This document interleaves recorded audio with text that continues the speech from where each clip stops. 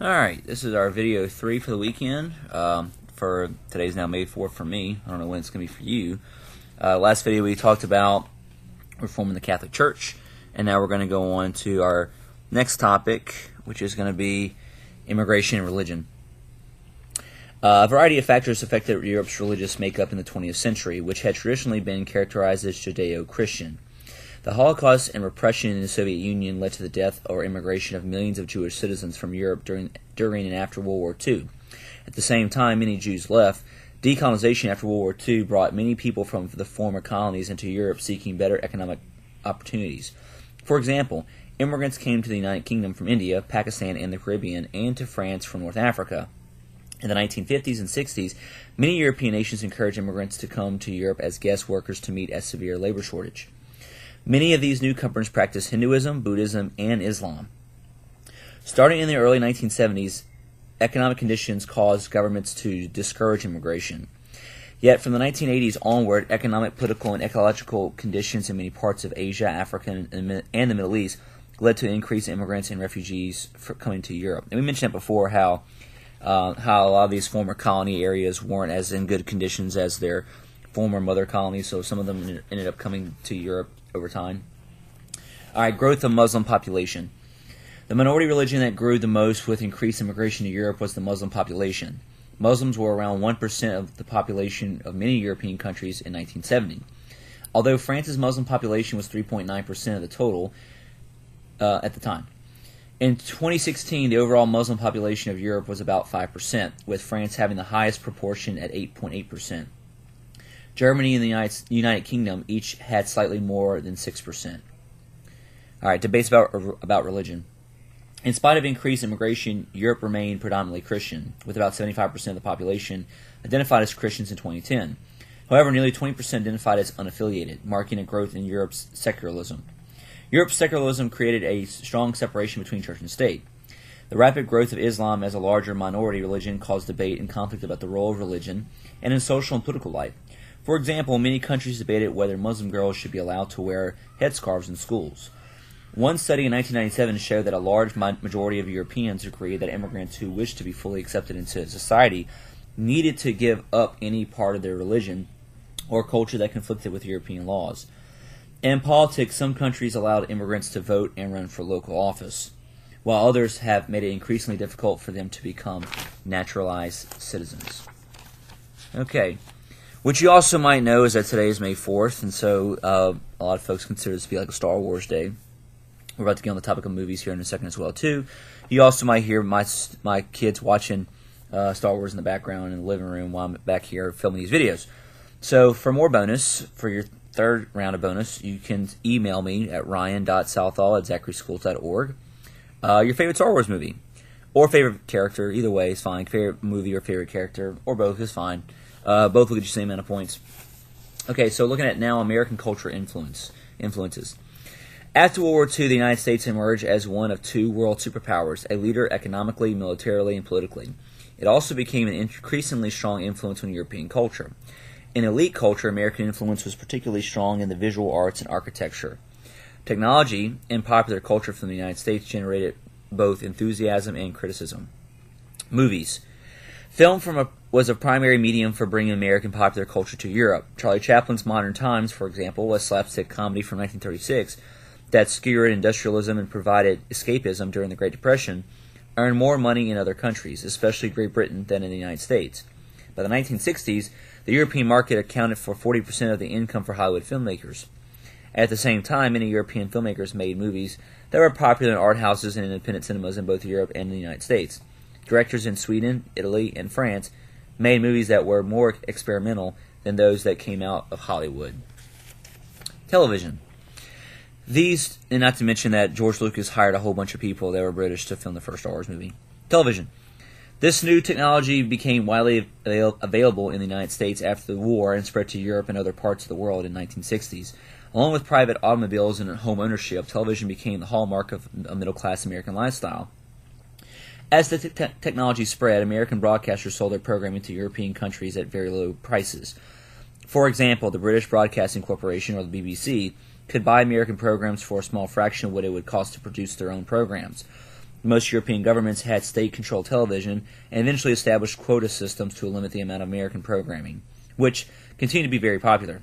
However, commercial television began to grow in Western Europe in the 1980s. Okay, popular music. While European composers such as Stravinsky and Schoenberg led the revolution in classical music in the 20th century, several innovations in popular music came from America and were based on African American music. These styles included blues, jazz, rock and roll, and rap. For example, rock and roll began in the United States in the 1950s, built on the rhythm and blues music of black performers, including Little Richard, Chuck Berry, and adapted by white performers like Elvis Presley.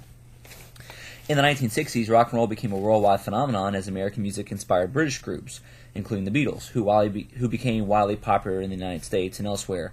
You also have other groups like the Rolling Stones, The Who, and many more.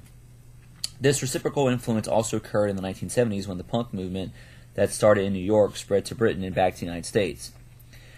New technologies. In the 1960s, Marshall McLuhan, an important media critic, wrote about the potential of new communication technologies such as satellites and personal electronics to transform the way people around the world consume and exchange culture.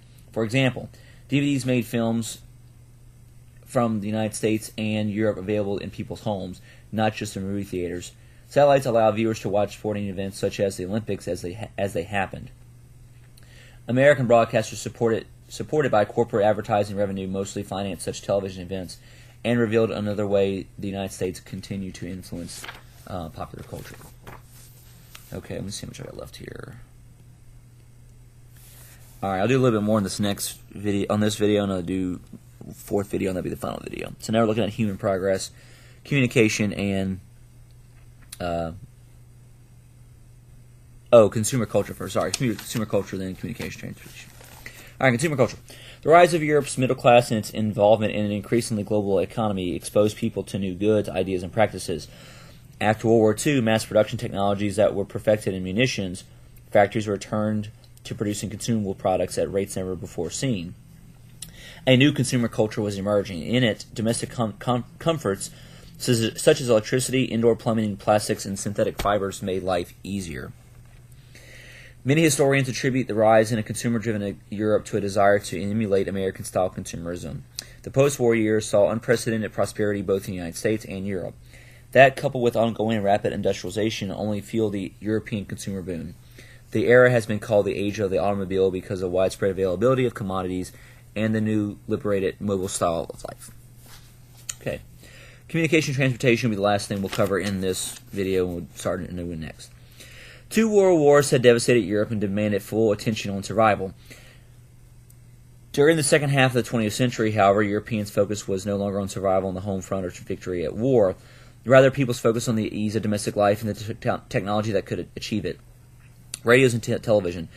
Technology in the home became a great social equalizer. No longer did people need to visit the theater or cinema for entertainment, which only the better off could afford.